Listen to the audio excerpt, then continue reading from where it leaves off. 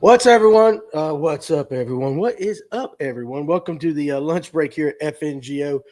Hope you guys are having a fantastic day. Not working too hard. It is Thursday. If you're like me, you're feeling the week, and I'm telling you what, I think I could take another long weekend. But anyway, I hope you guys, if you guys are jumping on here, and the guys on TikTok are coming on, I hope you guys are having a good day. And if you're one of those working outside, I hope it's not too hot out there. So got a lot to talk about today. We are going to we're going to be talking about the new baits. What's up, Alex? Icast. Um, what's up, Walton Doyle? Big John 229 over there. What's up, buddy? I'm having a great day. I'm leaving early, Alex says. Well, that's good. So anyway, got a lot to talk about today. We're going to talk about all these new baits at Icast because we'll be down at Icast next week.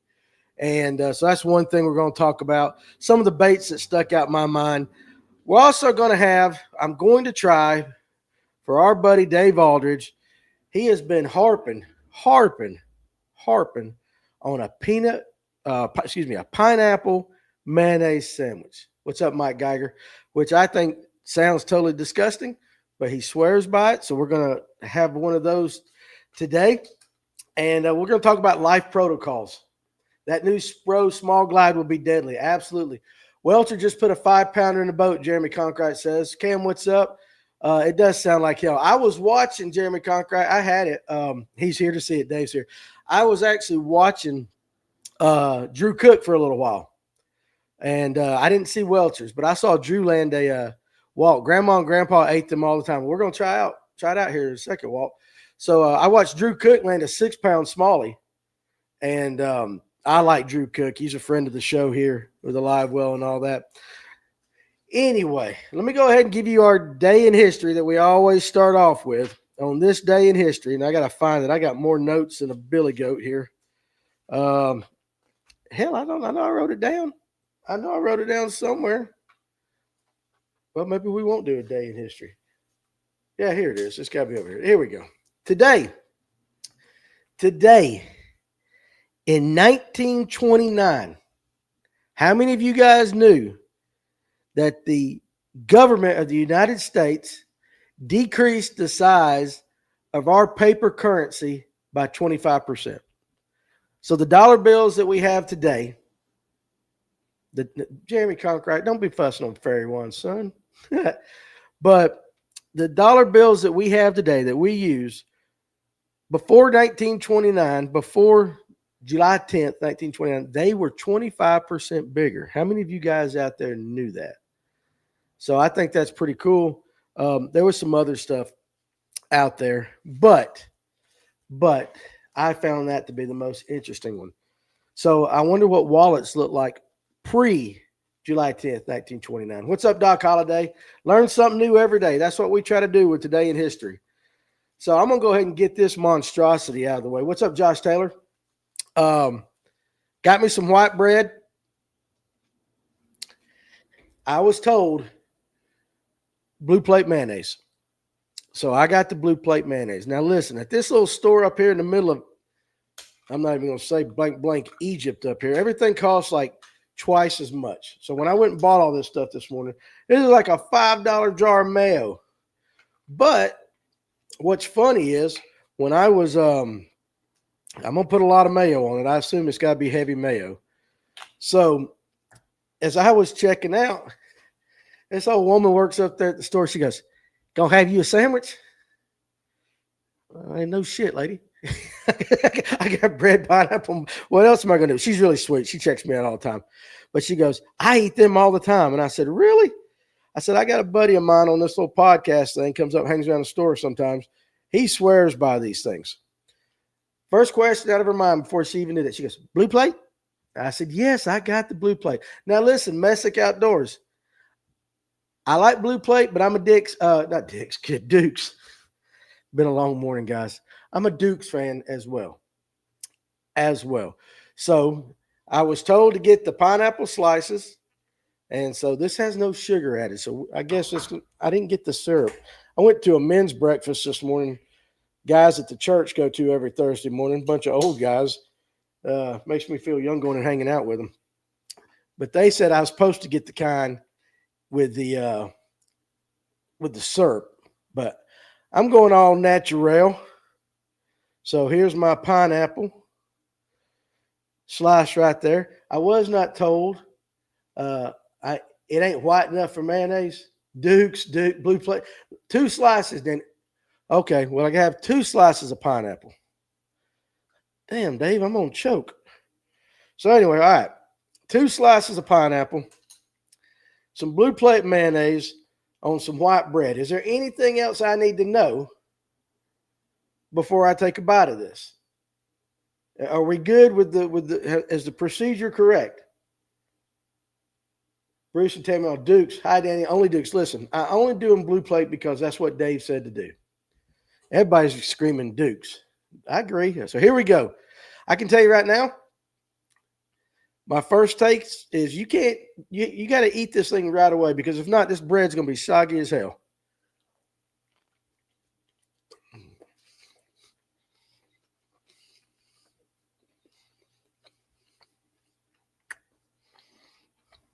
You know what?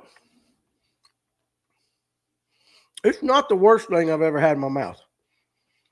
Now, I think if I'd have got the pineapple and syrup to make it a little more sweeter, that would be pretty good. I'm going to do one more.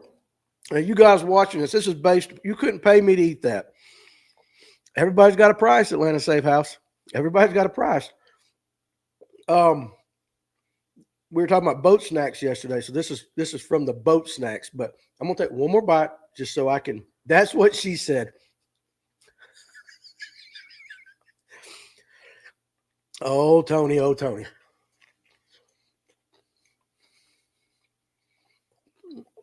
right. It's not bad. It's not bad, but I'm going to tell you this.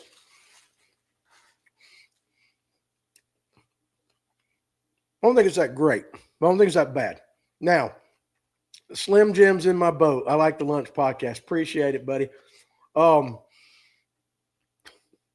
I can do pineapple with some cottage cheese. It really ain't that bad. But you know what I would have done with it?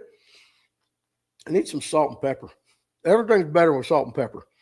So I would have done that. Put the pineapple in the fridge first, get it cold, then use the one in syrup. It isn't awful, but not the best way to do it, I guess. Just getting on the river, Fred Ashcraft. Clip that for short. Yeah, I'll do it. Now, let's just say this so that I don't break any TikTok rules, and you guys know how I am. I'll finish it off later. I ain't going to let it sit here and all the fruit flies get in here. You guys excuse me for 1 second while I turn my back to you.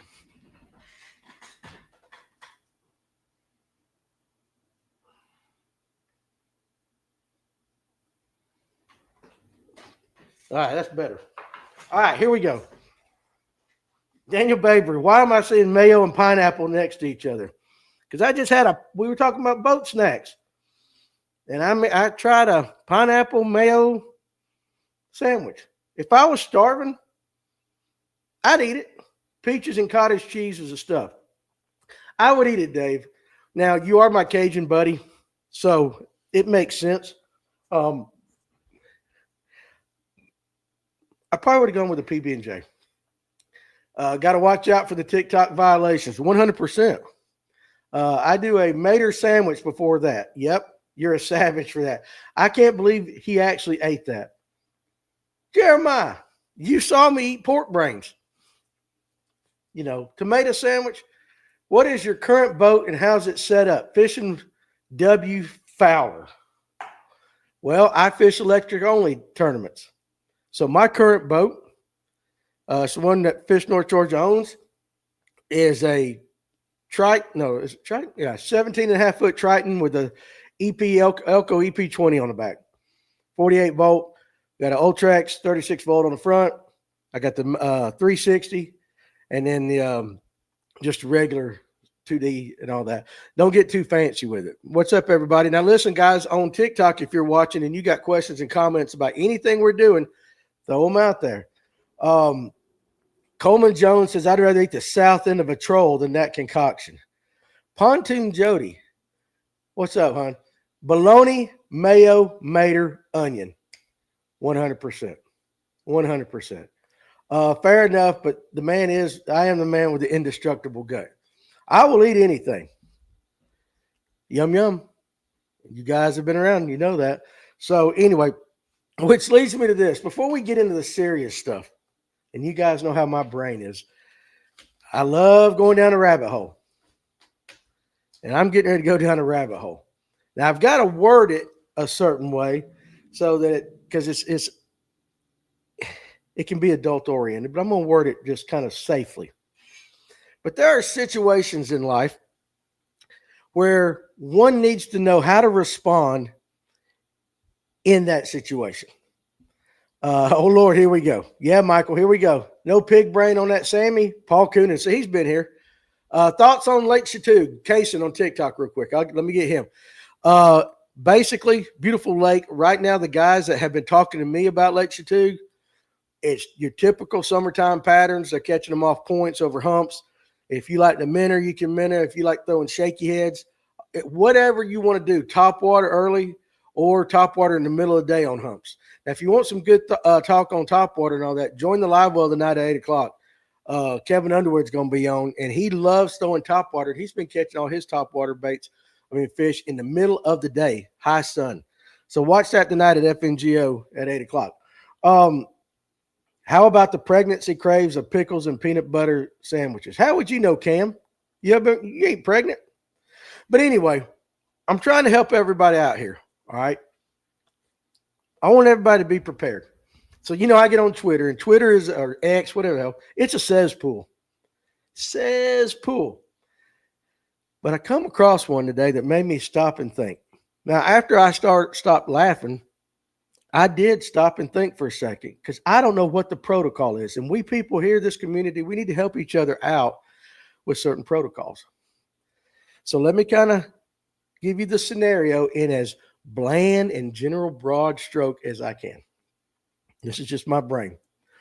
Let's say you're an individual and you like to participate.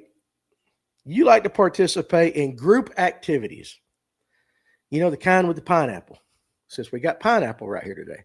The upside down pineapple. And let's say you got 20 males, 20 females. Night gets going. Everybody's having some fun. And then the festivities start. You know what I'm talking about. What's the protocol for the man that finishes first? Think about it, guys. What is the protocol and what is he supposed to do for the remainder of the event? I know that you're like, dang, Danny, but this has crossed my mind and has been on my mind all morning. Tony Collins said, dude, I saw that video. I don't know what video, but listen, that's just something I saw on Twitter today. What is the protocol for the male that finishes early in a pineapple situation? If any of you guys can help me with that, because I'm thinking about that. I know there's some of you guys out there thinking, yeah, what's that got to do with catching fish? Sounds like you're catching something else. Atlanta Safe House, it's just the way we go. Now, we're going to catch some fish here in a second, but you got to get through that. It was a lady doing a skit on that question. Too funny. Okay, so seriously, I didn't see that. This was just on a tweet. But Tony, what's the answer? What is the first guy doing? None of you guys and apparently some of you guys I ain't got no idea. I don't know. But where did you see that video at, Tony? Was it on TikTok or something?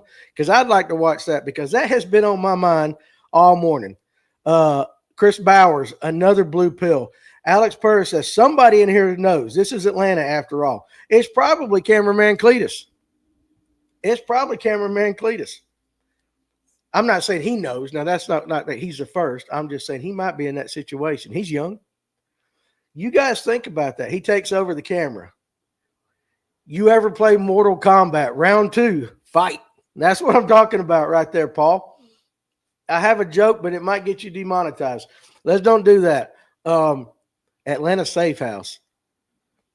Guys, listen. This is on TikTok. He said, help the rest get off. How? I don't know. Cameraman, it was on TikTok. Cameraman Cletus wants to know, I missed it. What do I need to know? Clint Bartlett, what is the protocol for a guy in a group situation? You know, the pineapple people, upside down pineapple people, 20 guys, 20 gals. What's the protocol for the guy that finishes first? What is he supposed to do for the rest of the time? Mortal Kombat, finish him. That's funny. That's funny as all get go. But anyway, all right. I want some answers to that because when I'm scrolling down X and I get my news, I get my thing, there's always something like that. And you guys know me. My go drink a beer and shower, says Bashan on TikTok. There you go, dude. Absolutely. I love it. But think about that. And he needs to descend into mediocrity, just like we do on this show. It's a slow descent into mediocrity. He gives out the COVID tests. Oh, for you guys, you got to watch the live well to understand that. I guess so. See himself to the bathroom and or skedaddle out of there or start flicking beans. Guys, but listen. And what about the man's confidence? That's a sticky situation. Well, it is a sticky situation. That's a situation that, you know, that you got to think about, like, everybody else, ain't nobody else done, just me. I'm sorry. That's just, I know my pastor's probably going to watch this. And he's going to say, Danny, I need to talk to you after church. And I'm going to say, but Russell, it's just what crossed my mind. I didn't say I condone the activity. I did not say that I participate in the activity, but I am very curious as to what. Good grief. I just joined on what I'm hearing, and I'm afraid to ask about the topic du jour. Trey, you got to get on here right at 12 o'clock, baby.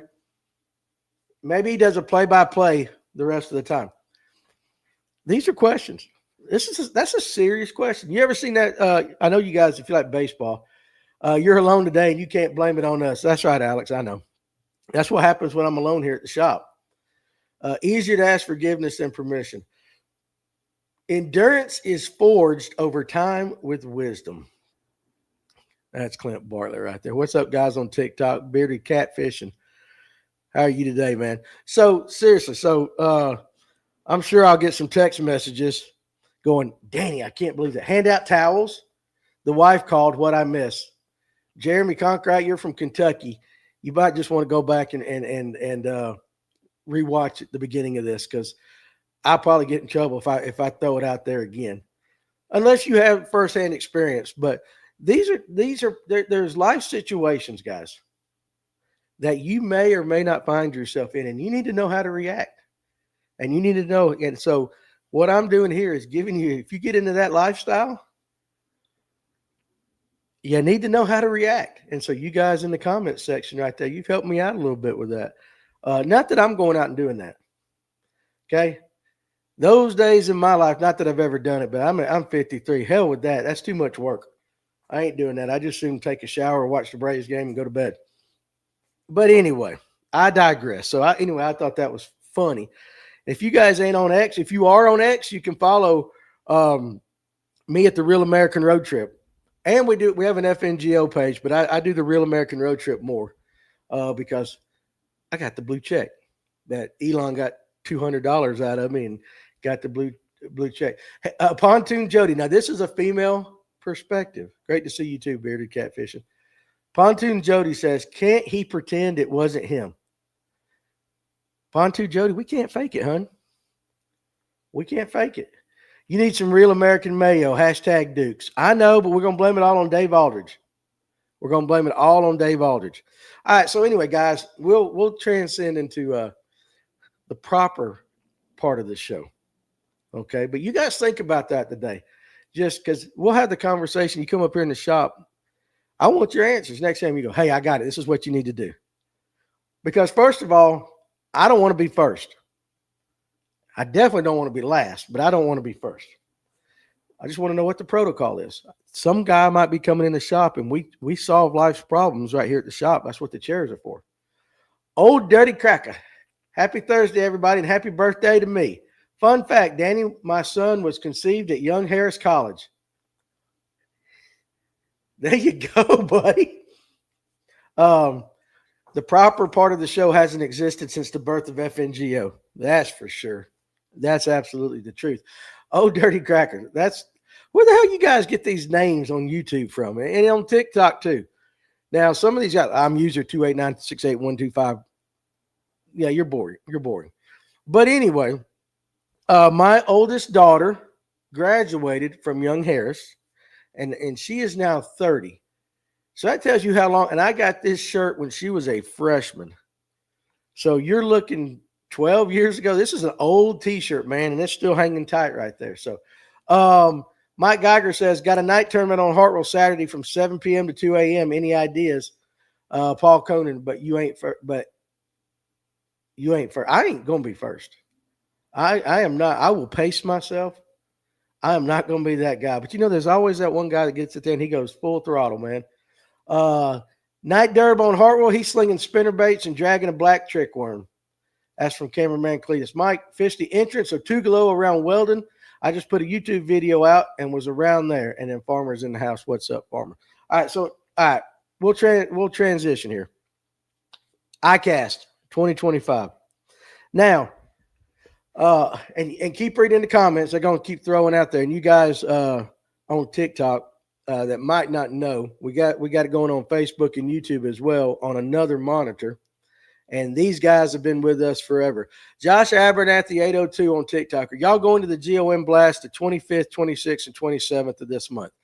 I may ride up there. We're not going to be there as a company. But I might ride up there. I haven't been to a GOM Blast in, 10 years? It's been a while. If you ain't first, you're last. Hashtag shake and bake, baby. Paul. Yeah, I know. Problem is I shake and bake way too much, man.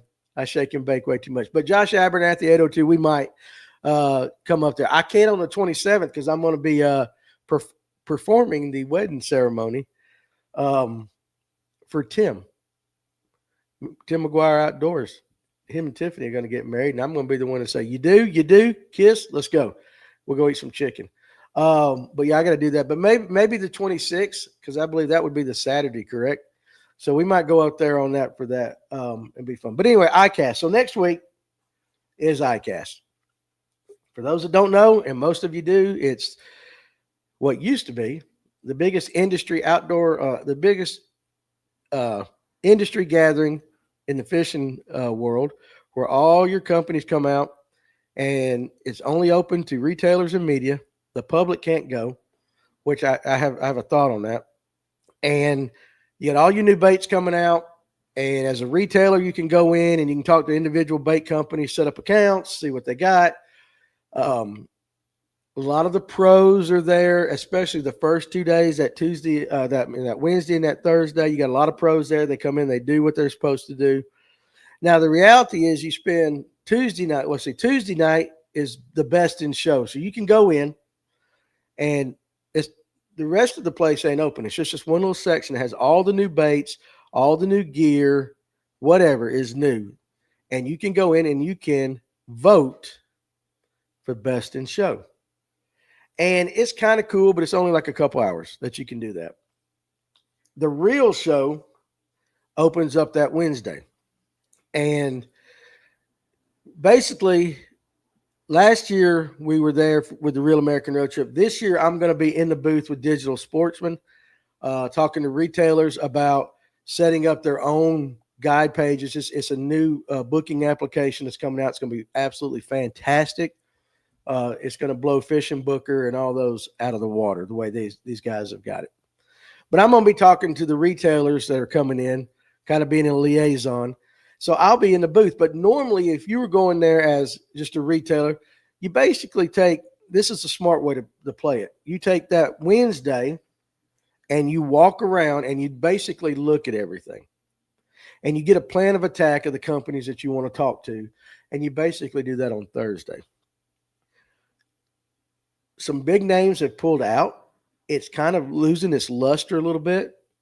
And so if anybody from Icast, the way I think you fix Icast and you make sure that all of the companies, especially the big companies, stay there, I think for one day you open it up to the public.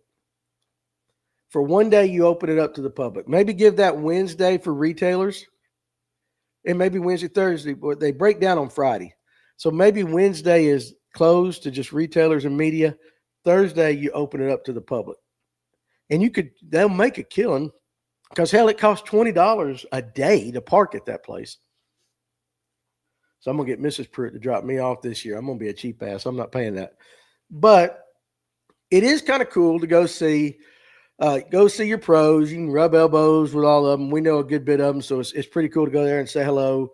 Guys that have been on the podcast and all that. And it's pretty cool to see all the new baits and talk to people. It is a great networking opportunity. And every year they put out their baits.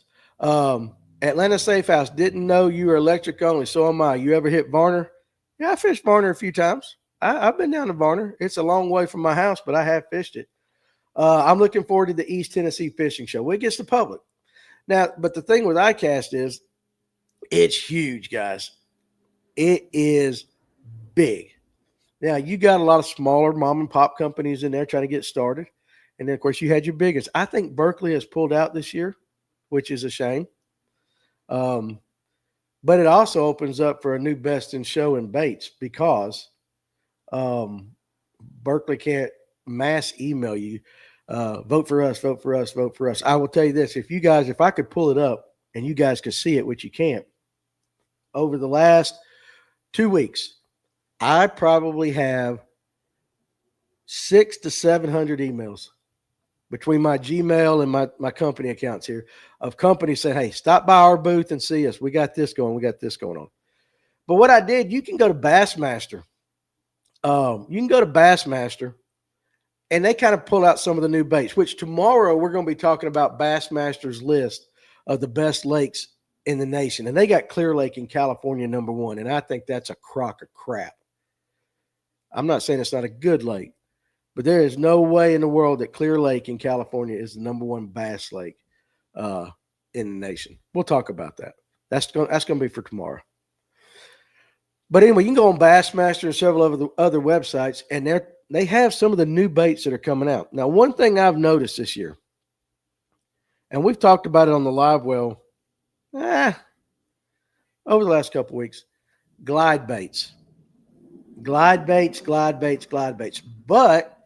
if they let the public in, they have to bring stuff to sell. Yes and no. Yes and no.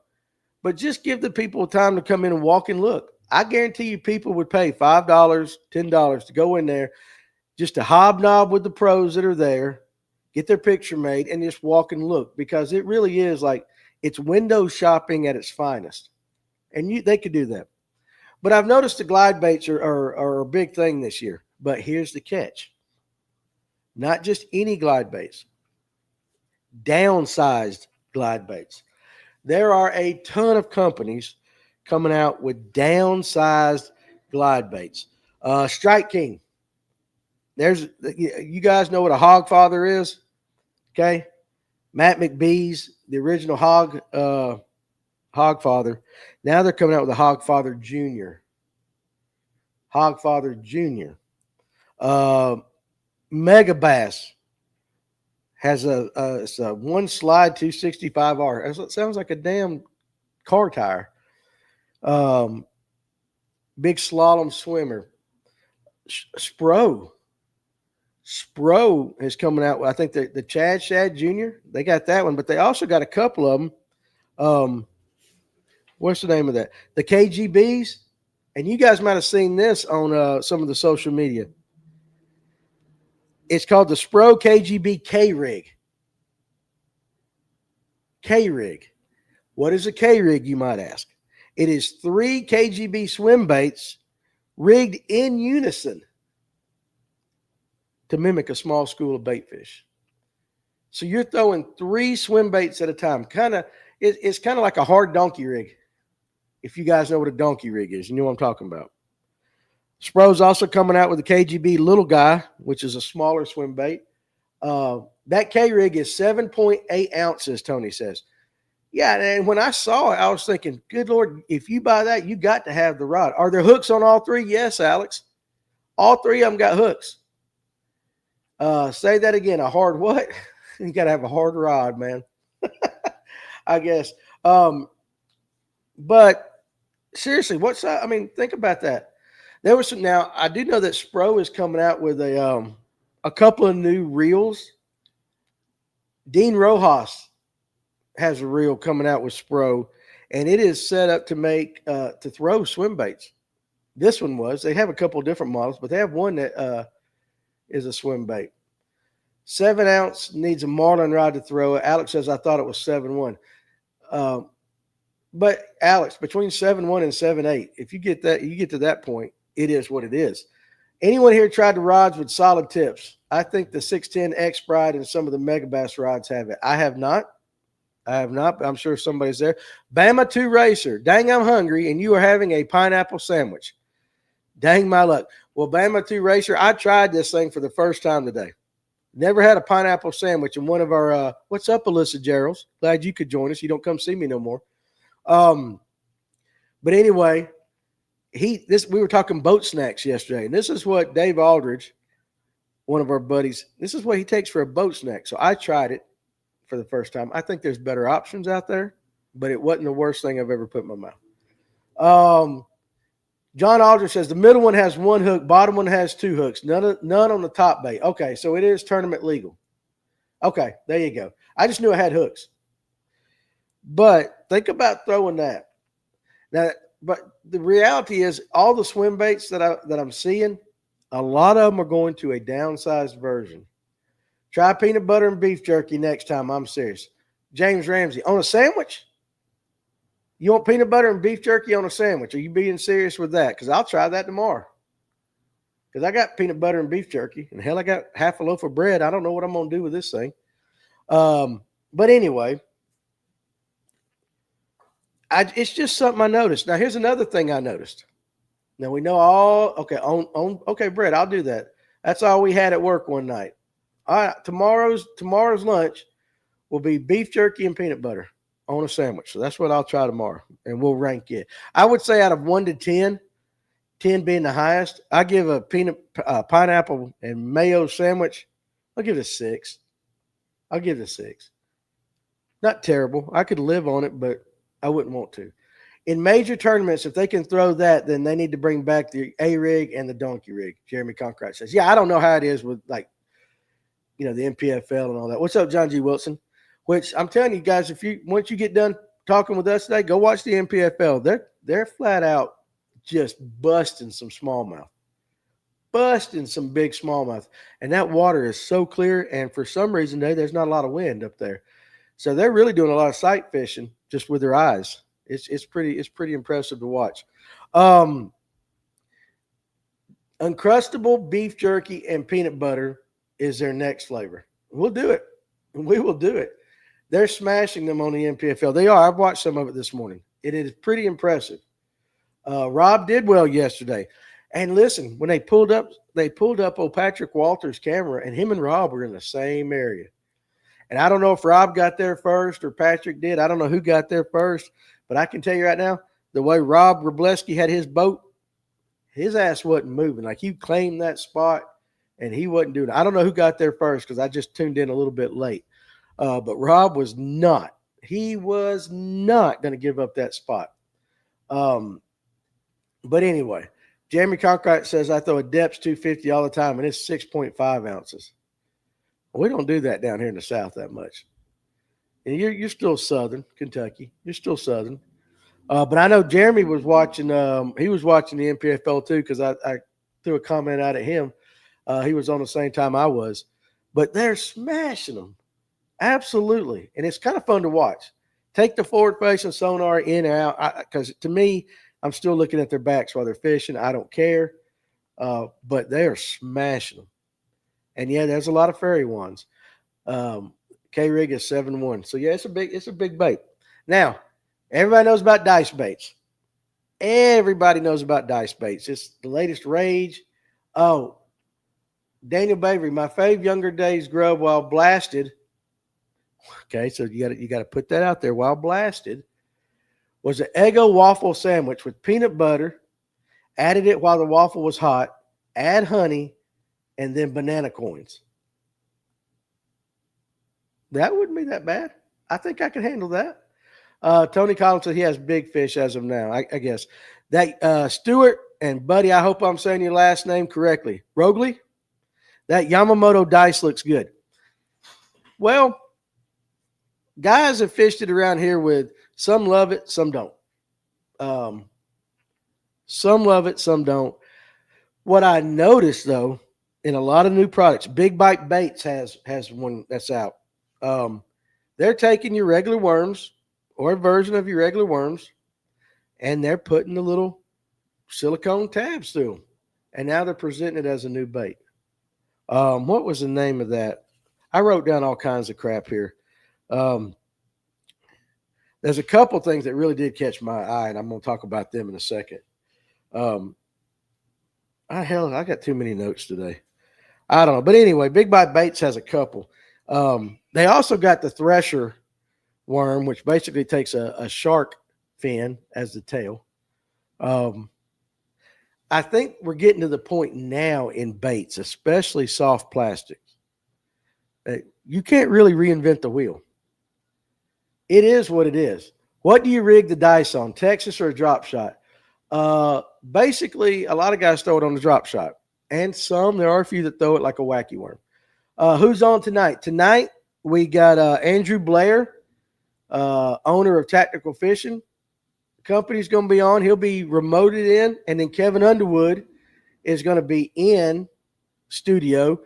I'm going to be at Cherry Street Brewery for an event. So Tony's running the show tonight. The new Strike King plopper looks like a Depths Evoke Zero. And then somebody right above that, I think it was Gone Fishing with Ed. You had a comment and I missed it. Type it again.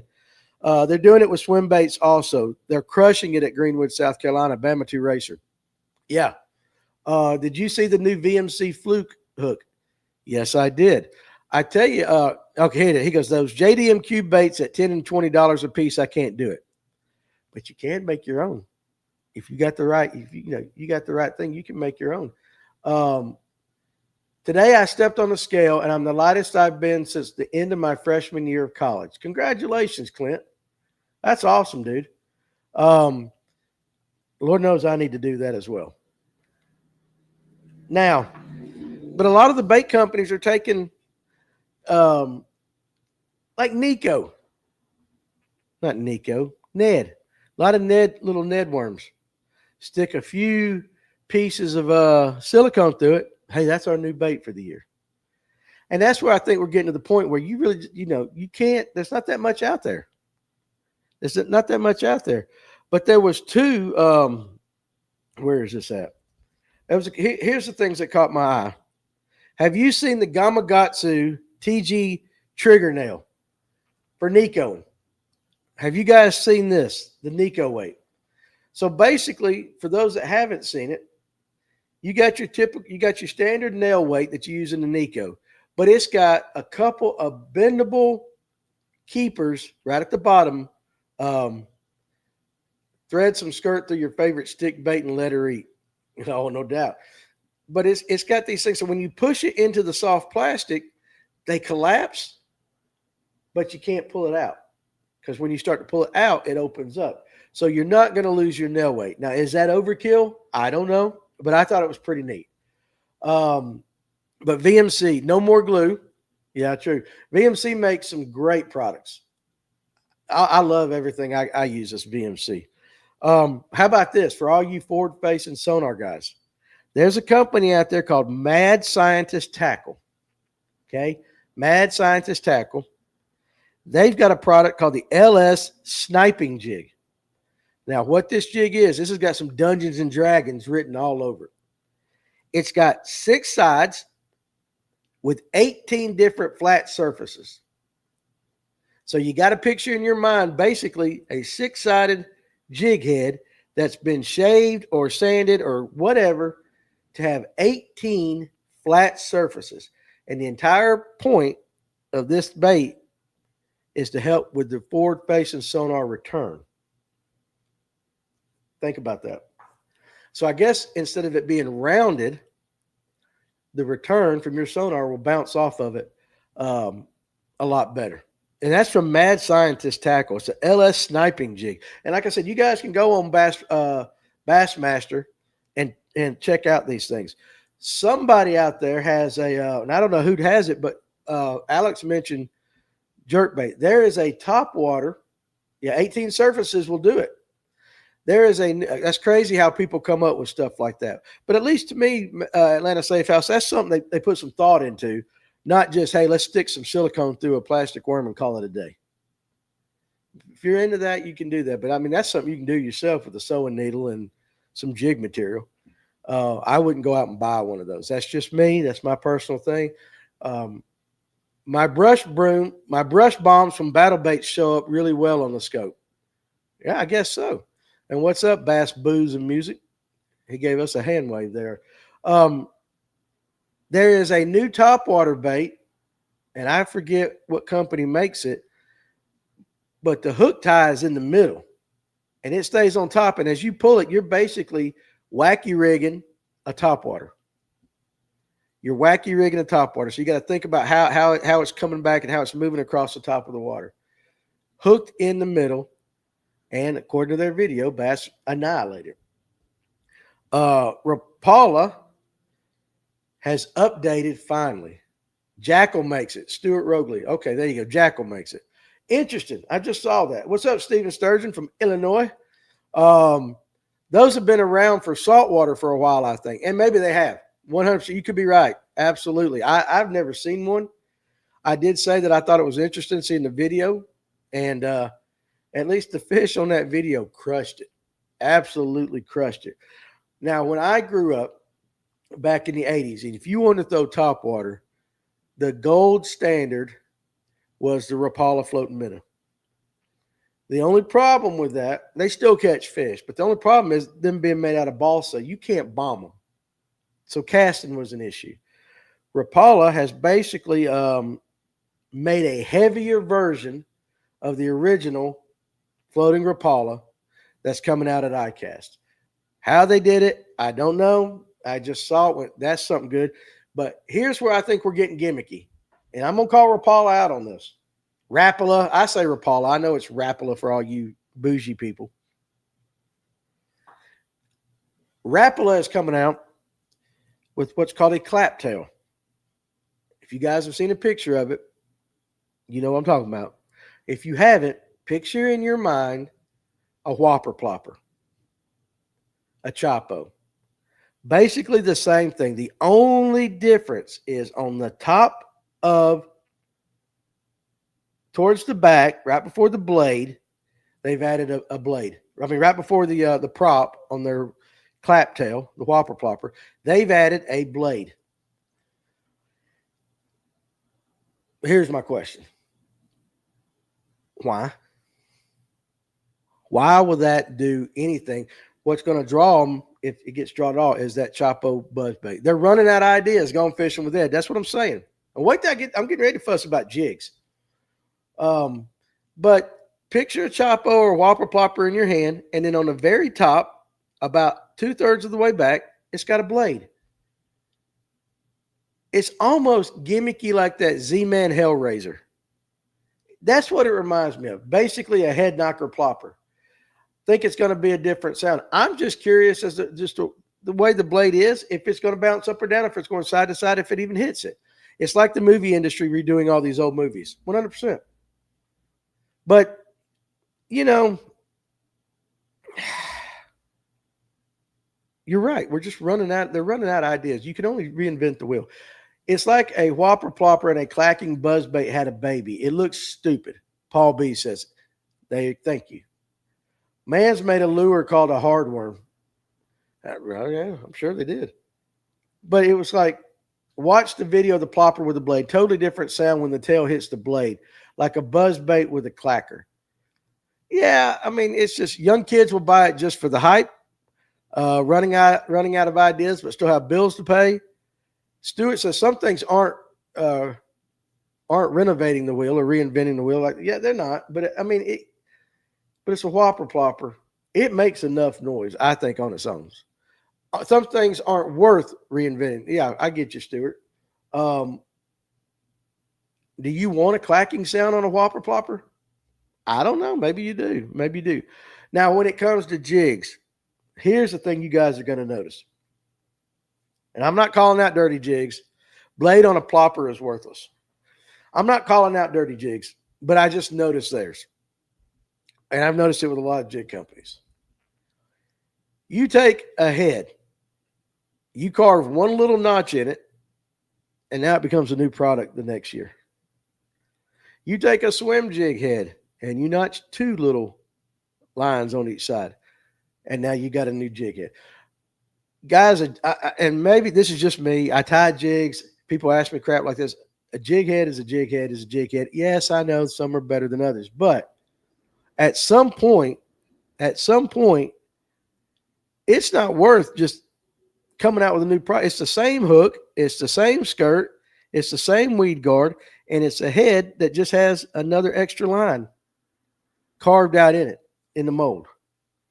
That's their product. And Dirty Jigs is not the only one. They're not the only one. So I'm not. They're just the ones that I noticed. I actually looked at pictures and I was really looking at it. I'm like, why? But this is some of the stuff you'll see down at Icast. It's basically, if you ain't got a bigger company ripping off a smaller company, it's basically just little nuances that really are nothing new, which is why I think Icast is struggling because, number one, it costs a ton of money to have a booth at Icast if you're a company. I would say last year for the Real American Road Trip, we had a 10 by 20 booth, and by the time the whole trip was gone, and we're very small, we probably had, and I didn't say we, between $10,000 to $15,000 in it, and we weren't selling anything. We were just having there for the TV show. I know Digital Sportsman this year has a 20 by 20 booth right next to the Cast King. So if you guys are going to Icast, I'll be right next to Cast King. I just throw a true grit jig when it comes to full size jigs. I know, but it's a straight that we don't. I mean, there's Mason Roach. You do a live well every day now. We do the lunch break every day at 12. Mason Roach, from 12 to whenever I decide to stop. Invasive lure. Man has a pineapple and mayo Sammy. Yeah, I tried one. And here's the problem: if you don't eat it all, it gets kind of soggy really quick. But I tried that for a viewer who mentioned it yesterday. Tomorrow is going to be peanut butter and beef jerky on a sandwich. That's tomorrow's thing. Same thing, but the price gets jacked up because it's new. I've thrown D&I or D&L jigs for as long as I can remember, and it's been the same jig the whole time. You can't, how do I want to say this? There's not too many ways to make a jig any better than what it already is. Really, you can't. Might be decent carp bait. I'll try that invasive lures. I absolutely will try that. I'm not big on the carp fishing, but I will try that. I will tell you guys this. As you're looking, here's another little latest craze in the bait thing. Z-Man's doing it. A lot of other companies are doing it. Z-Man's new product line, some of their new releases, like I said, I had it written down. Their chatter baits, they're going smaller. A lot of the chatter baits, a lot of your bladed jigs are now going smaller for the finesse guys. So Z-Man's got a Micro Max and the Jackhammer Baby Jack. They're going smaller. Now, in reading the description, they say it's for pressured fish. For pressured fish. Any of you guys throwing a would you throw a small chatterbait for pressured fish? That's another trend that I noticed in all the baits that I was seeing. Rods are rods, reels are reels. Those things, you can't change them too much. They just come out with new ones. Yeah, and I finally found my thing on that Big Bite Bait soft plastics. It's called a fuzzy scent station stick. Like a dice bait, but on a short worm designed for drop shotting. Designed for drop shotting. So, I mean, but the chatterbaits are getting smaller. The jigs really aren't changing. A lot of companies are putting out new hooks. I mean, new heads for your diddlers or minnow guys like that.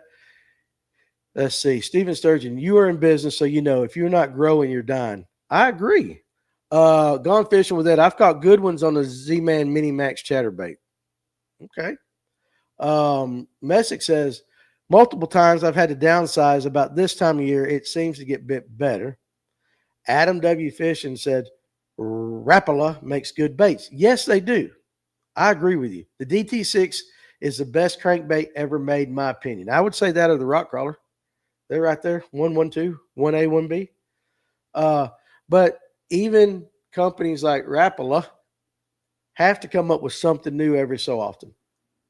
And cricket ticklers, yeah, I see some guys out there. There's a lot of new heads out there on the market. But they kind of look like the heads from last year. It just gets repackaged, something a little bit different.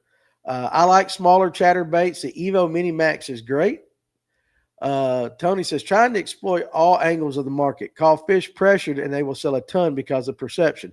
Then a guy comes in with a hog using old school plastics. Guys, I'm telling you right now, let me ask you this. Bass 30, 40, 50 years ago, you could catch it. Let's just take the Zara spook. The good old Zara spook with this big ass shark blades, hooks on it.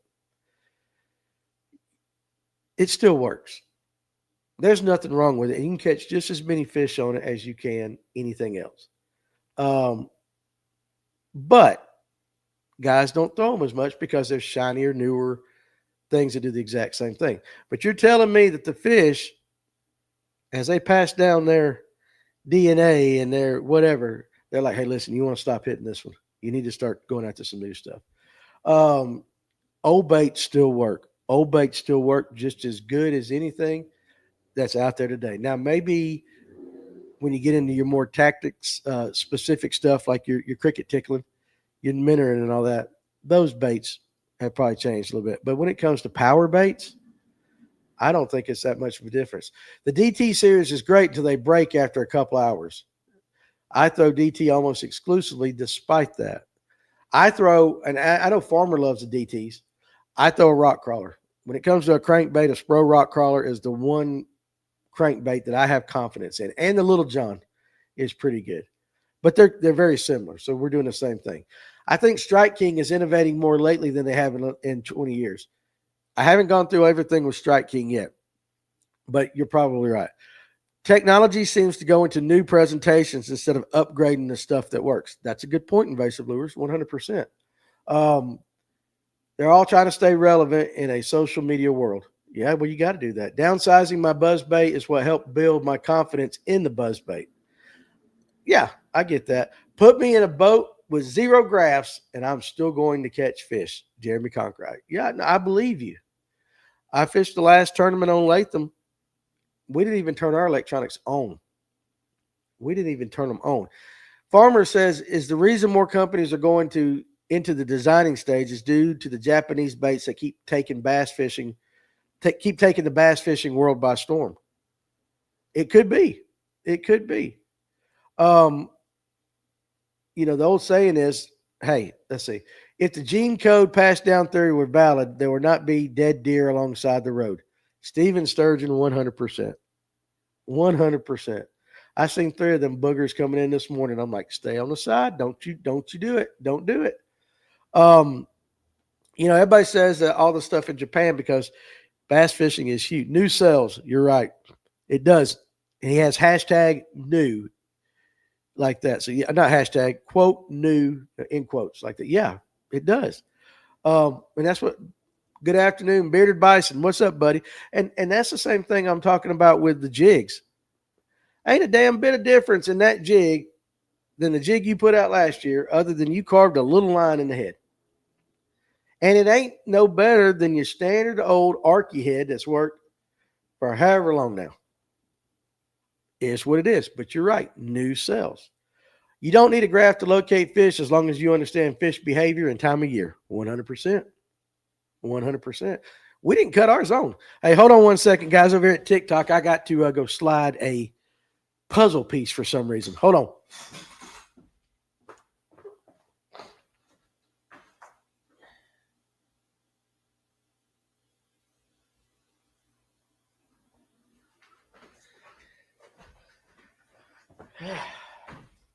What will them damn Chinese think of next, huh? Got to get up right in the middle of a live and slide a puzzle piece.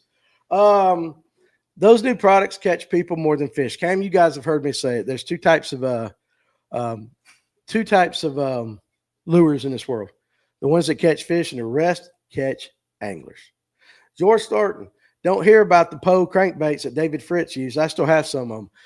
I hear about them when guys come in the shop, George, that have them, and they still talk about them, and they got them, and they work. Um, yeah, I mean, and that's the way we can kind of go with this, because you think about it, you could still go out with a plastic worm. You can still go out with a simple jerk bait. Josh Burris, y'all forgot BB King yesterday. Are we talking into music?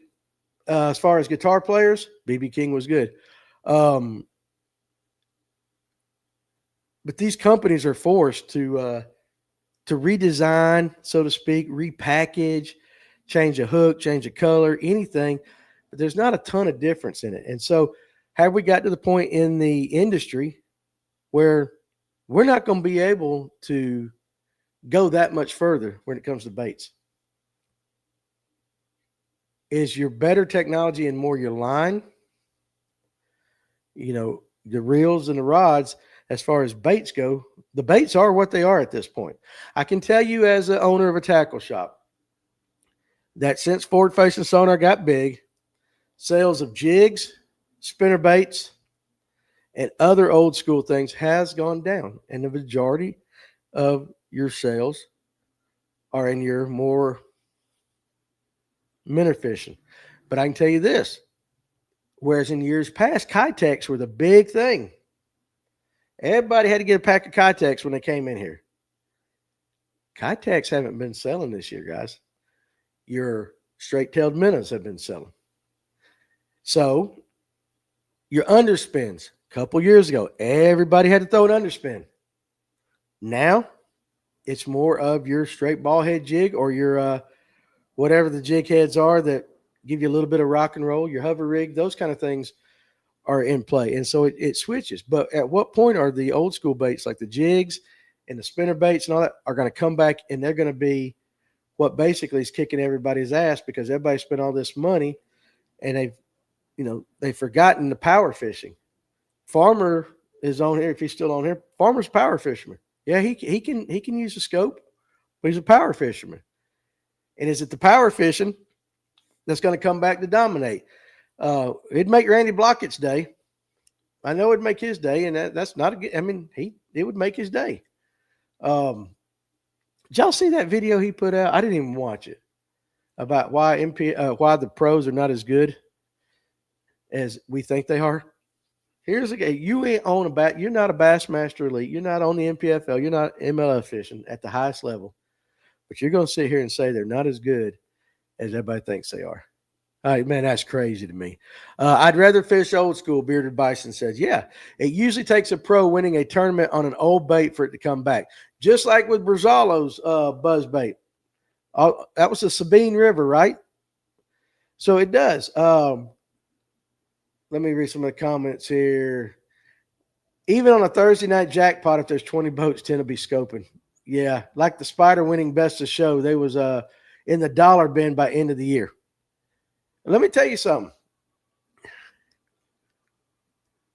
Berkeley, what the hell is that damn chatterbait Berkeley's got out? Oh, hell, I got a bunch of them. Ditch Pickle Daddy says, I make soft plastics and don't think I could ever leave them. I get it, 100%. Tony's always late. But the Berkeley Slobber Knocker.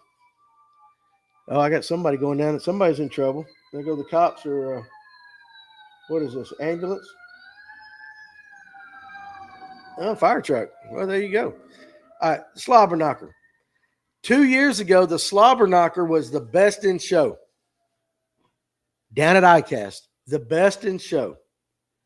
I ordered a ton of them jokers. I still have got Slobber Knockers on my wall from an order for 2 years ago. It was voted best in show. It didn't sell worth the crap because you got to compete. What's up, Bait Cave Customs? because you got to compete with the jackhammer. The jackhammer is the gold standard. Now, I'm telling you guys, I'm telling you right now, I don't own a scope system, only old school, Derek Plummer. I don't own one either. I'm not against it, though. I am not against it. And I fish with guys that got it. I am not against it. And it's fun. I'm not going to lie. It's fun sometimes. It is really fun. But I like old school better. But the slobber knocker was the best in show at Icast. And I believe last year, oh, hell, what's that? Credge, the Berkeley Credge. Now, the Credge sold, especially down here, but the slobber knocker didn't. You guys going to Icast. I will be at Icast with Digital Sportsman. I'll be in their booth Wednesday and Thursday. And then the guys on the podcast, Tony and Tim McGuire, my partner here, Josh, they'll be down there rolling around and all that. I feel like regular people find the comfort lures and stick with them. It's expensive to experiment.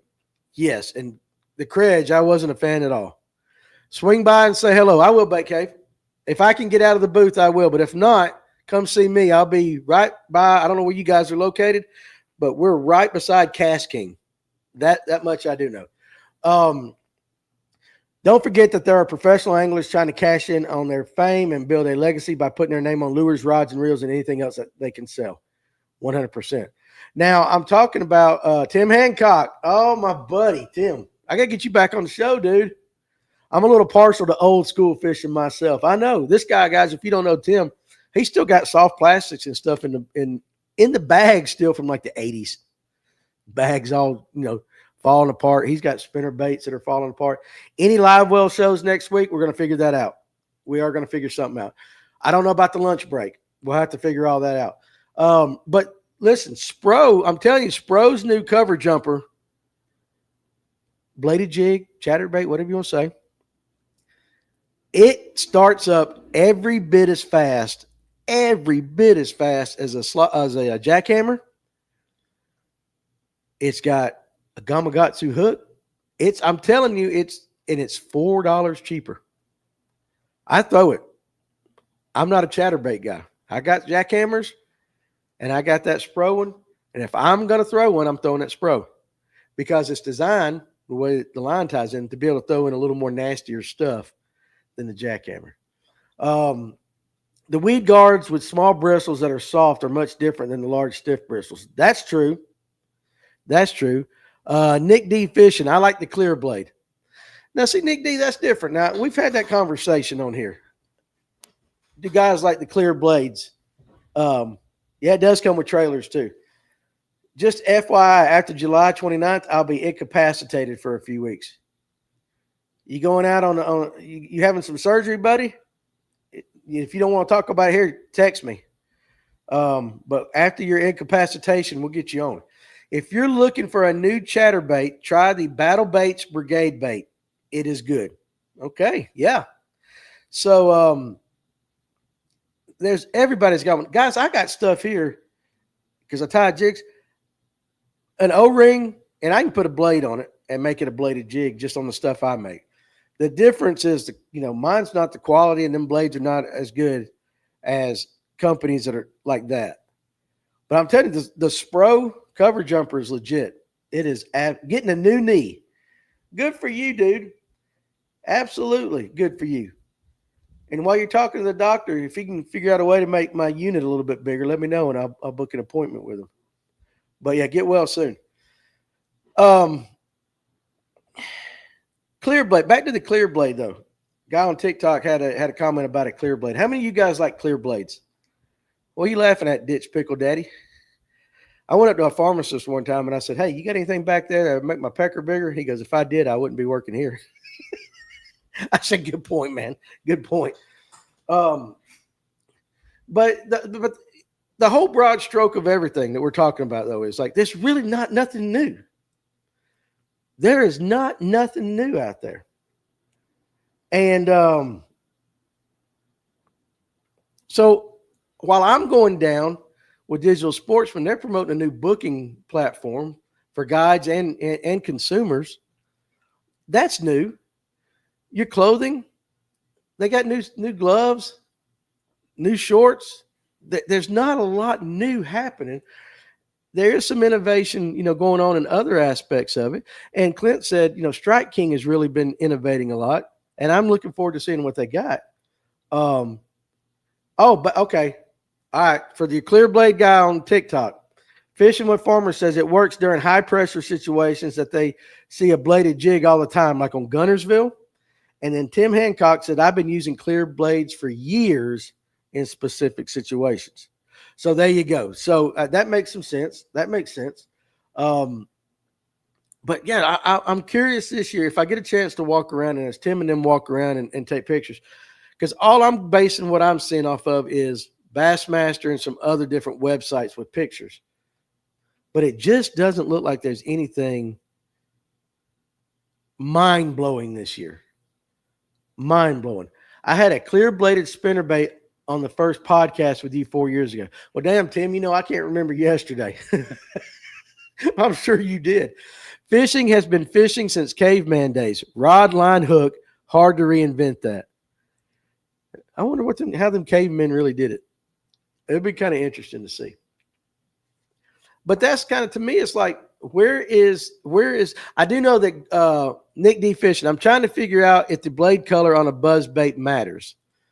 Tim, Jonathan, you guys over there at Fishing, how much does blade color on a buzz bait matter? I know I go between a gold and a silver blade. That's about it. But you guys in the comment section, if you're still there on YouTube or Facebook, you guys answer that question so I can help Nick D out and or at least give him your opinions. Now I know Garmin is coming out with a new, is not Garmin. Is it Garmin? I wrote this shit down. Where's that? Oh yeah, Garmin. The Garmin Force current kayak motor. They're coming out with their new kayak motor, which is absolutely fantastic. Y'all want to know what the retail price of that joker is? Any guesses? Nick D says, I've caught them on black, purple, red, silver, and gold. $3,500. I got $3,600. $3,599 for a trolling motor for a kayak. I'm hearing News is releasing a new kid reel. Lose. Hey, that would be pretty cool. Pontoon Jody said, I just came out of Walmart just then and got in the wrong car and somebody was in it. We were both confused. I had him thinking he was in the wrong car. Jody, you drinking early today? Yeah, no, cameraman Cletus, it is. It is, but $3,599? $3,599 KVD reel. I'm sorry. It said kid up there. KVD reel, Dean Boland said. Have you seen the new Power Pole brand? I was looking at some of that too. Now, I'm a notorious cheap ass though. So $35.99 might be right in line with a trolling motor for a kayak. It might be. Now, I do know that everybody's talked about it. Now, that says it's a hell of a motor. But you can get a 50-pound one for $150. Yeah, 100%. Okay, so back to the buzzbait color. Try to mimic bluegill with gold or black. Bait fish with silver. I really don't think it matters that much.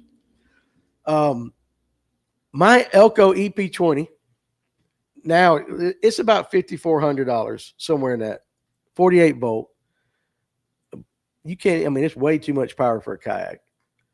But you're 2/3 of the way to an Elko at that point. That's double what my partner paid for our nitro.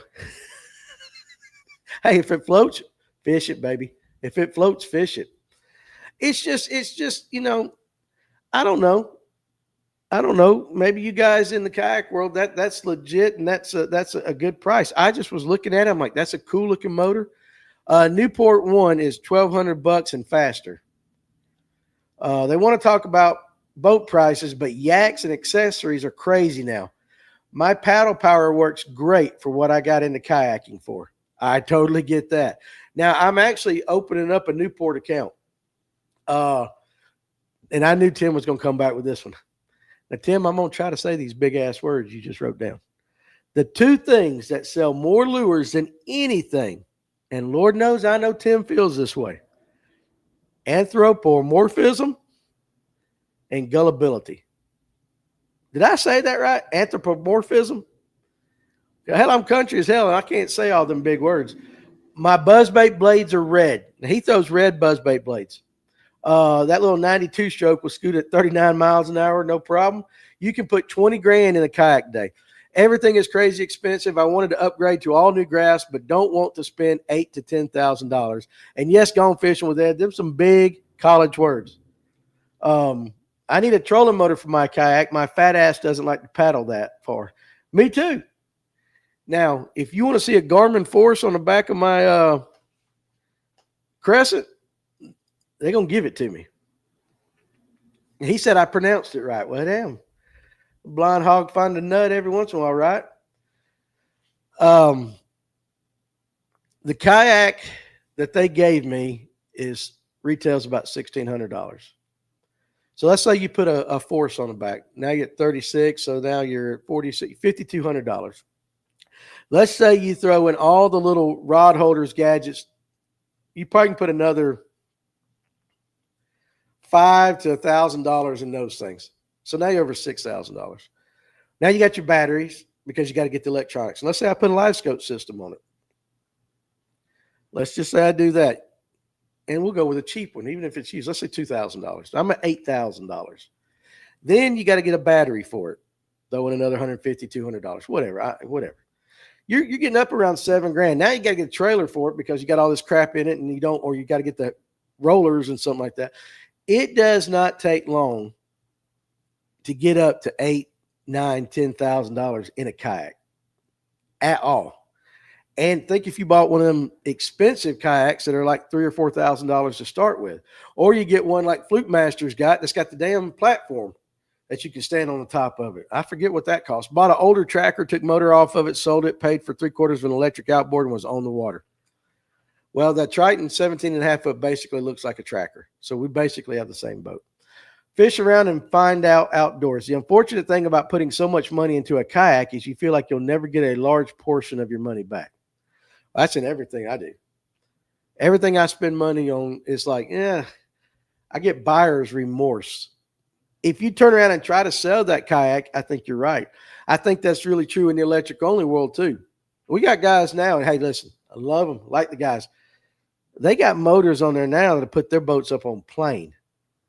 And you're a lot of money. I don't know how and why a depth finder should cost $2,000 to $6,000 per. You got to be able to see that fish.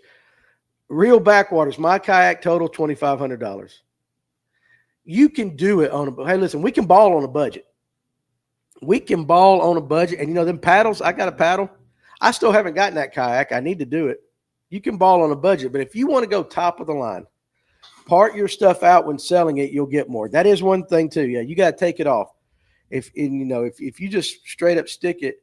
Oh, speaking of which, guys, when I get back from Icast, we're opening up a consignment section here in the store. So if you got decent rod and reel combos, decent rods, high-end glide baits, electronics, and all that, and you don't want to mess with Facebook Marketplace or any of that stuff, you're going to be able to bring it in here. We'll put it up and we'll sell it for you. I tried to DIY everything on my kayak just so my wallet doesn't hurt so bad. I get it. If I had better river fishing, I wouldn't mind it. But for that price, I'm getting a boat. Yeah. Let's see.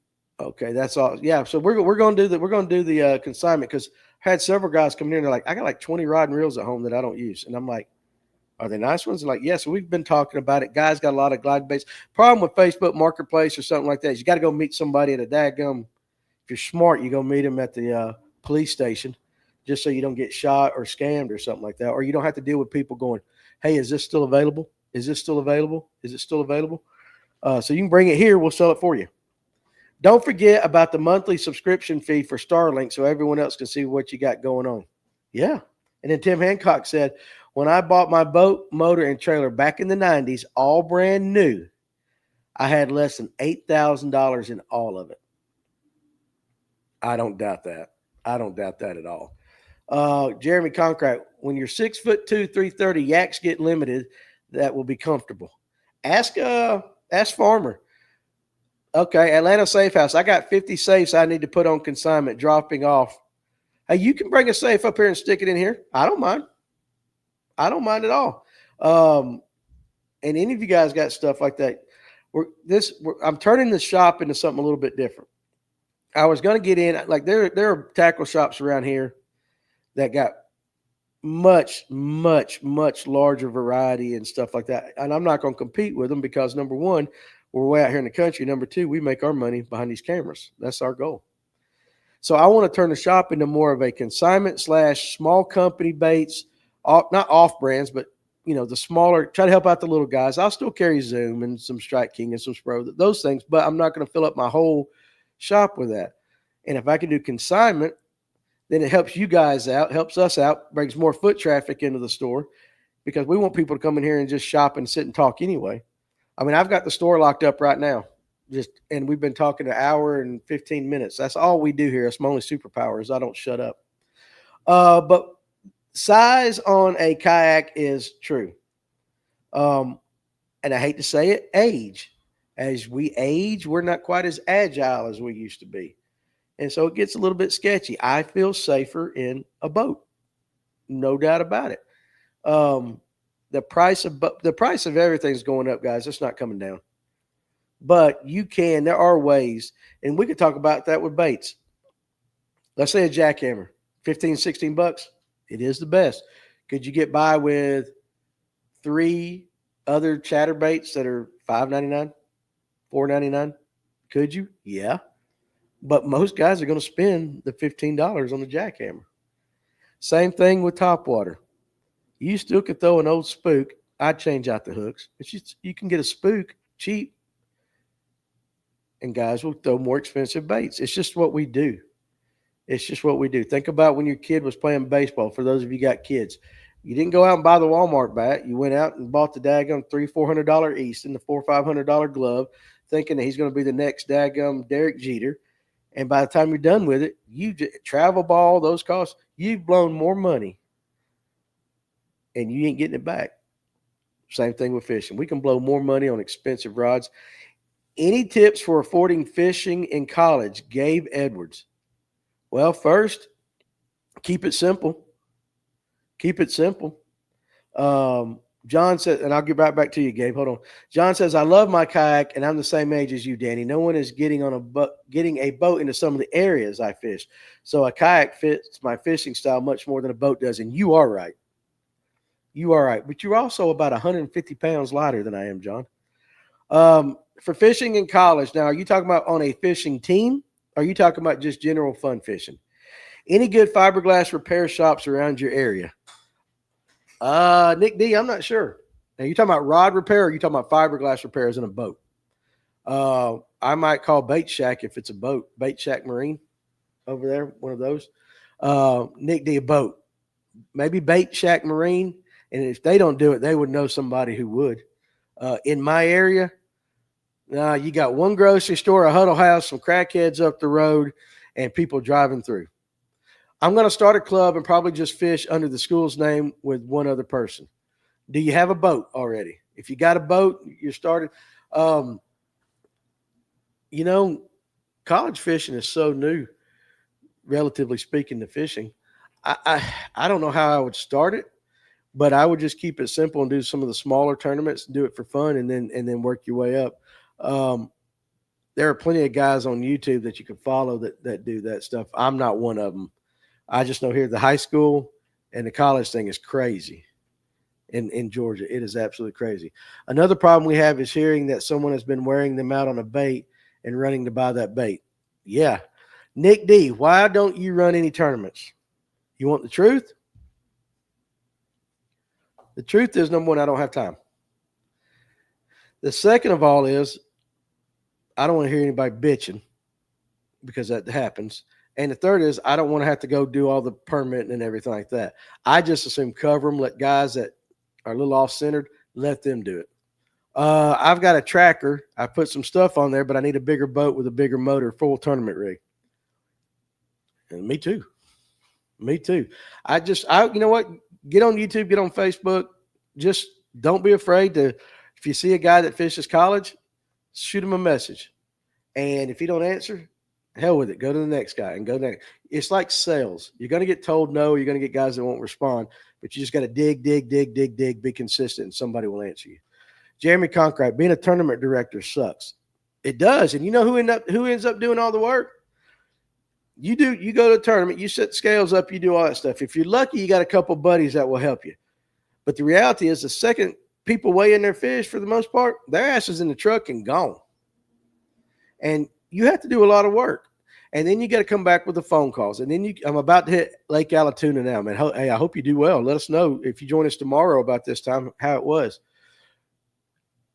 But the day after a tournament, you're going to get phone calls. When Ryan was running his club and he was still working up there at the time, guys would call up and fuss about schedules. Or, hey, I can't do this. And you would have that one guy, farmer says, yeah, I'd much rather just show up and fish. Carl quit because of that too. Ditch Pickle Daddy. Oh, okay. He's talking to Gabe Edwards. Talk to a small business to see if anyone's willing to sponsor, for sure. Like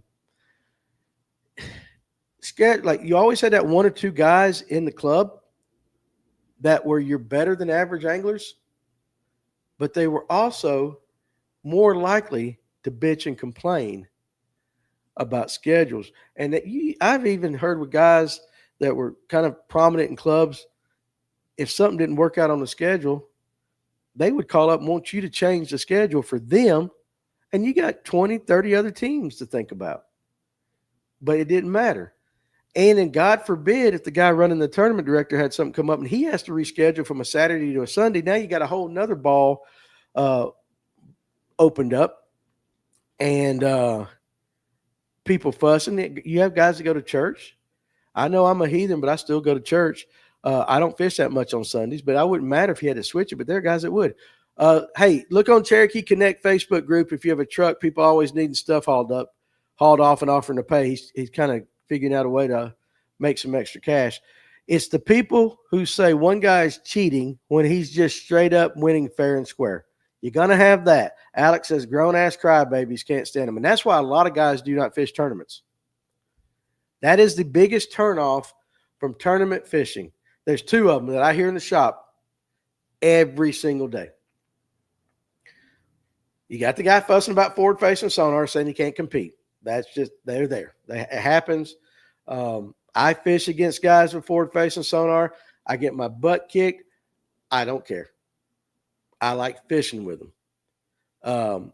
If you're winning, it's because scope, unless you're Nick Tooney.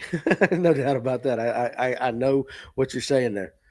But, you got that guy, and then you got the other guy who just there's just some people that are unhappy.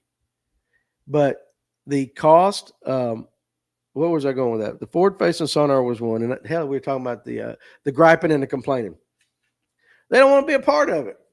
Why would you want to spend your Saturday going and fishing against some guys, number one, that won't talk to you at the ramp before, and number two, afterwards, they're complaining. The one thing that anybody can say about me is that before a tournament, I'm running my mouth just like I am here. I'll talk to everybody. Make them laugh, crack a couple off-color jokes, set the mood. LiveScope took all my grad money. I hope that was a good investment, Gabe. But why would you want to go be a part of that? Why would you want to go be a part of a group of people that do nothing but complain? Now, that doesn't mean that disagreements don't pop up and they can be handled correctly. It doesn't mean that if there's one bad apple, you can't kick his ass out. You can do that. But a lot of tournament directors, they ain't got the balls to do it. They don't want to rock the cart. But if you're losing, why not take more time and actually put time on the water instead of belittling the people who just straight up outworked you? Yeah. No, I mean, that's it. And that's another thing too. Like, see, guys, seriously. Nick D says, I personally love tournament fishing and a large number of the directors and the competitors. And you need to fish with people like that.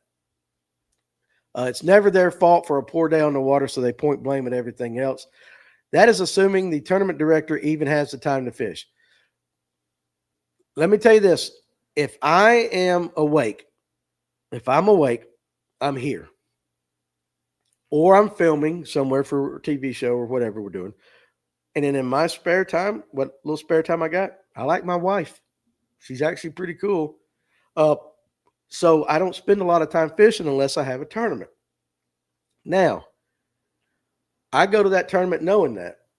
I go to that tournament in my head knowing that I'm here to have fun and hang out with the guys, and I'm willing to donate $60, $80 just to be a part of it. And every once in a while, I pull a rabbit out of my ass and I'll take a little money home, but it's not often. It is a losing proposition for me. Pontoon Jody says, I quit fishing tournaments this year because every time I won, they would say, who gave her those spots? You never hear them say that when a man wins. You know what, Pontoon Jody, I'm not a female, but I 100% can believe that to be the truth. Knowing some of the guys, I can 100% believe that. Tournaments start at 7 a.m., got to get to the ramp at 5 a.m. to take money, just gets old fast. And I can't sleep the night before a tournament. Hell, I'm up all night. So then after I go give my money, have a good day fishing with everybody, then I go home. I'm screwed for the next 2 or 3 days trying to get my time going back. Messick Outdoors. I hate lazy anglers, those who want you to give them all the juice but never take the time to learn. That's why we're here. That's my job. My job is to get that information for everybody. And then you guys go put it into practice. These live scope whiners are going to lose either way, just going to cry about something different.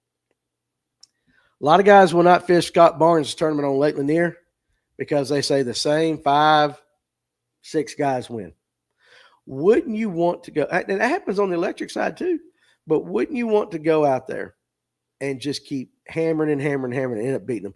Emil Wagner, and you guys know him, and if you don't, fishes Bassmaster Elites, would go to those tournaments when he was younger and get his ass handed to him. Handed to him. A lot of money lost. But he kept at it. He kept at it. He kept at it. What's he doing now? He is fishing the highest stage that a man can fish as far as in bass fishing. He's a Bassmaster Elite. But he got his ass kicked a lot. What he did was he stayed, put time on the water, learned his equipment, learned how to do the stuff. And I love the hell out of Emil Wagner. He is a great person. You may not like him. I love him. But he got whipped, and he didn't whine about it. Lanier is super hard lake to win unless you live there, at least I think. You got to put the time on it, 100%. But I would say this, a Lanier guy would struggle going out of tuna every so often as well. You know what I'm saying? But you're right. It is too dialed in. It's very dialed in. But the problem is, you take tonight on the live well, you're going to have Kevin Underwood on here. One of the best guides on the lake. He's one of the few guides that will actually jump in a tournament. He ain't afraid. But, guys, I wished everybody could spend 1 hour, 2 hours on the boat with Kevin Underwood and watch him work his electronics. When you talk about dialed in and saying that's a bass, this is not a bass, this is what it's going to do before he even throws his bait, it is absolutely a master class. And he's a good old country boy like us too, which is cool because he ain't talking in them big old words like, what's his name put up there? Tim Hancock. I know as a tournament director is the last to leave the ramp at blast off, the first one at the ramp to get the scales ready, and the last one to leave to go home. Yeah, the first at the ramp. At the ramp. Oh, during blast off, everybody else blasts off first. I would rather compete against better anglers. It's only going to make you better eventually, and you'll get tired of losing money then. Steel sharpens steel, iron sharpens iron. Will not. What do you? Let's say. I feel like Lanier will prep you for bigger tournaments. Places like Carter's, Tuna, Blue Ridge will not prep you for those places. What do y'all think? I don't think anything preps you for Carter's and Blue Ridge. They're two totally different lakes, even though they got the same kind of fish in there.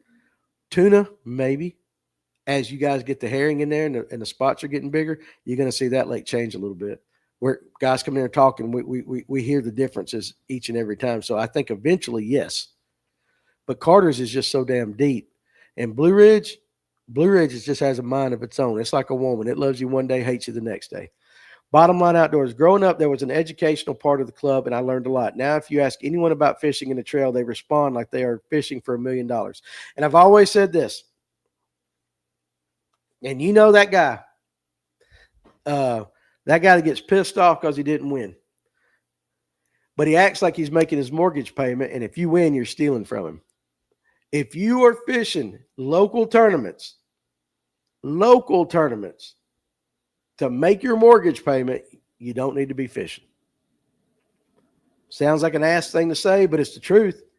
If your mortgage payment depends on whether you win a Saturday derby at your local lake, you got a problem. You need to be fun fishing. Facts, Dick Pickle Daddy said. And that's the problem. It's like I've seen that guy, and I'm not a big tournament guy. And on Lanier, the only time I fish a Lanier tournament is when I'm jumping on the boat with somebody else. Unless our electric only club goes there. But most of the time I'm in the back of the boat. Farmer, I've got the lure with me if you want to come get one this afternoon. Hell, maybe I should stay, Tony Collin. I'm going to stay till you get here anyway. But think about that. There are guys that get so mad and they won't tell you a spot and they won't do this. I get it. You don't have to give up the juice. But if a young angler comes up to help and asks for help and you're not willing to help because you're afraid that guy's going to end up being on your brush pile or something and take money from you and you're not going to be able to feed your kid or something like that, you don't need to be tournament fishing. Growing up fishing against grown men makes you get good in a hurry because they don't cut you any slack in high school. High school fishing wasn't a big thing yet. Exactly. John G. is storming bad in Juliet right now. Yeah. Tony recently won on some of my Helgramites. You talking about Tony Collin? Ditch Pickle Daddy? Alex, you probably already have one. All right, so listen, I don't like this daggum conversation going on behind my back without knowing what the hell we're talking about. Huh? You guys got to let me in. He won my lures. Okay. All right. Well, you need to send me some, Ditch Pickle Daddy. You need to. I won some in a giveaway. Okay, I got you. I'm like, you guys got some juice? You come in here in my shop, nobody's telling me what the juice is. They won't tell me because you know what I'll do? I'll tell everybody because that's my job. My job is to help you guys catch more fish, not me, and talk and have some fun and tell a dirty joke every now and then. So anyway, I'd love to. Let me know where to send them. Alex or Tony, can y'all give him I'll give them my address here to the shop, and they'll get it to you. All right, guys. So with that, listen, I could sit here and talk to you guys all day. The problem with that is I don't do anything else. And in another, what time is it? It's 1:32. In another 20 minutes, let's hear how you tested for COVID. Damn, Nick D. Really? Okay. Because I got to jump on a conference call at 2:00. So, real quick, I'm going to say it one more time. This is the last time I'm ever going to talk about it. Wife and daughter had COVID. Scratch and sniff. In the hospital. I'm laying on my couch at home. Sick as a dog. Can't move. Fever, worst I've ever felt in my life. All of a sudden, I noticed that my things were tasting it seemed funny. And I was like, I didn't have the strength to get up off the couch. So I knew you couldn't smell. I didn't do the taste test, but I knew you couldn't smell if you had COVID. So what was my options? I just went one knuckle deep, just stuck my finger up my ass and stuck it in my nose and went, can't smell it. I got COVID. So there you go. That's the last time I'm saying that story. Everybody knows about it. But you guys do it anyway. You know that cheap toilet paper. All right. Anyway, with that, guys, listen, hour and a half. We've gone. This is supposed to be a 30-minute show. In the last 2 days, we've gone an hour and a half. Quit laughing, Ditch Pickle Daddy. I'm not proud of it, but you know what? It was effective. It was effective. And if you only go one knuckle, there ain't nothing wrong with that. So anyway, guys, listen, tonight, 8:00 on YouTube at FNGO and right here on TikTok. Hey, appreciate it, buddy. On TikTok, I feel like shit, but I can't smell it. Knuckle deep. That's it. Only one knuckle. He says you were dead wrong. Nick D, if you knew what went on inside this brain, none of you guys would even talk to me. All right, damn it, Farmer. No, hell no, buddy. We're in Georgia, 8 Eastern. One more story for you guys on TikTok that may not know, the YouTube guys know. Jonathan Farmer took me to Notley. I'm going to go ahead and say it, Farmer, so we can get it out there. So you ain't got a hint about it. We went to Notley. He's showing me Notley. We're going through these boat docks, and he's like, look under there. And he ain't lying. There was just some massive bass back there. I tried to skip with my bait caster, which I suck at. Rung the dinner bell, blew up my bait caster, just reeled it in. The fish are still there. He throws me. I think he threw it to me. However, I got one of his spinning reels. Just grabbed it, weightless wacky, skipped it right up under there, hit the bell, not paying attention. Line goes off, set the hook, fish is on. I go with my right hand, and they ain't no damn thing there to reel with. I cannot reel with my left hand. I write with my left hand. I throw with my left hand. Everything else I do is with my right hand. I cannot reel left-handed. I grabbed it. I tried it. Couldn't do it. It just doesn't feel right to me. So I took his spinning rod and I turned it upside down like a damn blasted idiot, and I started reeling with my right hand. And the fish got off.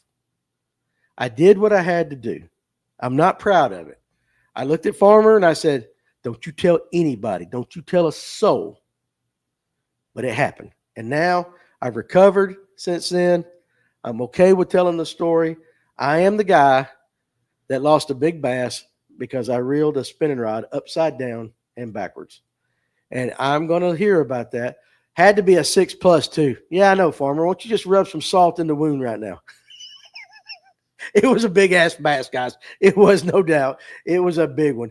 And they were, I mean, and he should, if you don't know Farmer's a big ass teddy bear. He's got this little shit eating grin that he does though. And I just looked over at him. He's just smiling at me like, you know, he wants to say something. And he's comfortable enough with me now that he could say whatever was crossing his mind. But at the time, he just was smiling. And I am one of those. But listen, Ditch Pickle Daddy, it was only out of necessity. Out of necessity. Notley does have some giants. It was a big-ass largemouth, guys. But it was out of necessity. It's not something I sit in here in the shop and practice. It was out of necessity. And the problem is you guys that reel your bait casters with your right hand and then turn around and reel your spinning reels with your left hand, the problem is yours. It is not mine. I'm normal. You guys are the problem. Everybody should reel with the same hand. That's just the way I see it. That's the way I see it. All right, but anyway, listen. Phone's blowing up. Yesterday, I had a guy sitting out on the thing. I got a sign that says, hey, shop closed till 1 o'clock, and it was 1:30. His ass was still sitting out there waiting for me to open up. I reel all left, Nick. Well, at least you reel with one hand. That's my point. You got to reel with one. So I'm going to let you guys go. I hope you enjoy the rest of your day. But tonight at 8 o'clock Eastern time, only on YouTube and TikTok, not Facebook for you guys watching on Facebook. Jim Wright, I guess I'm the problem then. You are the problem.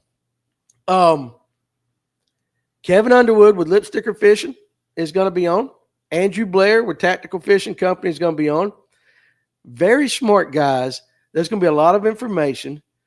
Tony is going to be running the show because I'm going to be sitting at Cherry Street Brewery with a bunch of fly fishing guys that are going to look at me. Like, I don't know what conversations I'm going to have with them, but I'm going to try because they've got something going on. And I'm going to sit in there with Josh and them and about the TV show and talk to them, hang out with them tonight. Alex will be in here running the board. If Kevin's if his rehab or whatever that shit is he's doing goes well, he'll be here tonight. But Underwood will be in here. And guys, also too, you guys that have been wanting to get some of Underwood's flukes and his drop shot worms and all that, I'm going to start carrying them here at the store. Jeff Stranley, tomato sandwiches are 10 times better than a pineapple. Just saying. Buddy, I did it just because a viewer wanted me to. I 100% agree with you. Tomorrow, peanut butter and beef jerky based upon another viewer request is what I'm going to be trying. I gave that a 6 out of 10. 6 out of 10. And you have to eat it right then because now, like, the bread is soggy as hell. But anyway, I'm going to go to work, do some work. You guys go back to work, get some stuff done today. Dodge the thunderstorms. Join the guys tonight again at 8 o'clock. And if you can't join them tonight, come back here tomorrow at 12, and we'll do this all over again. So I'll click off my I'm still waiting on that shad herring tasting.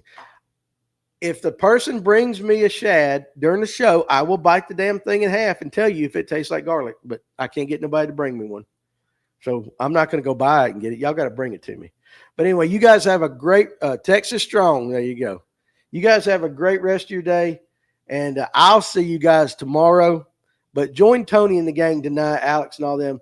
And listen, blister Andrew and Kevin with all the questions you want and get them to drop some juice and all that. So you guys be good. I'll see you tomorrow. Enjoy the rest.